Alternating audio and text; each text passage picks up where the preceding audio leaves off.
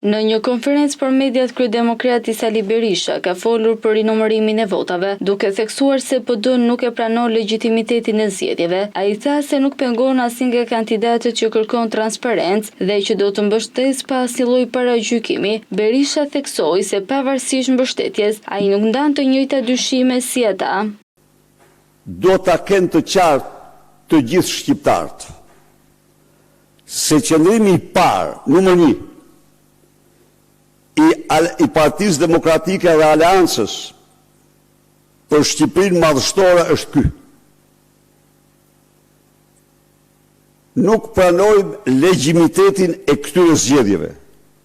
Partia Demokratike nuk pengon asnjë kandidat të saj që kërkon, jo që nuk pengon asnjë kandidat të saj për të kërkuar transparencën, por do t'i mbështes me qenë se ligji nuk i përligj ata. Mendoj se as unë as ju nuk mund të flasim për vjedhje, për gjërat pa provuara.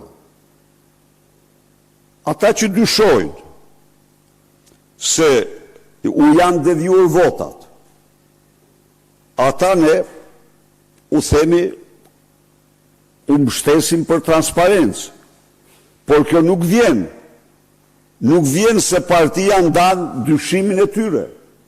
Jo, nuk vjen nga kjo, po vjen sepse partia respekton plotësisht të drejtën e transparencës si drejtë e patjetërsueshme e individit.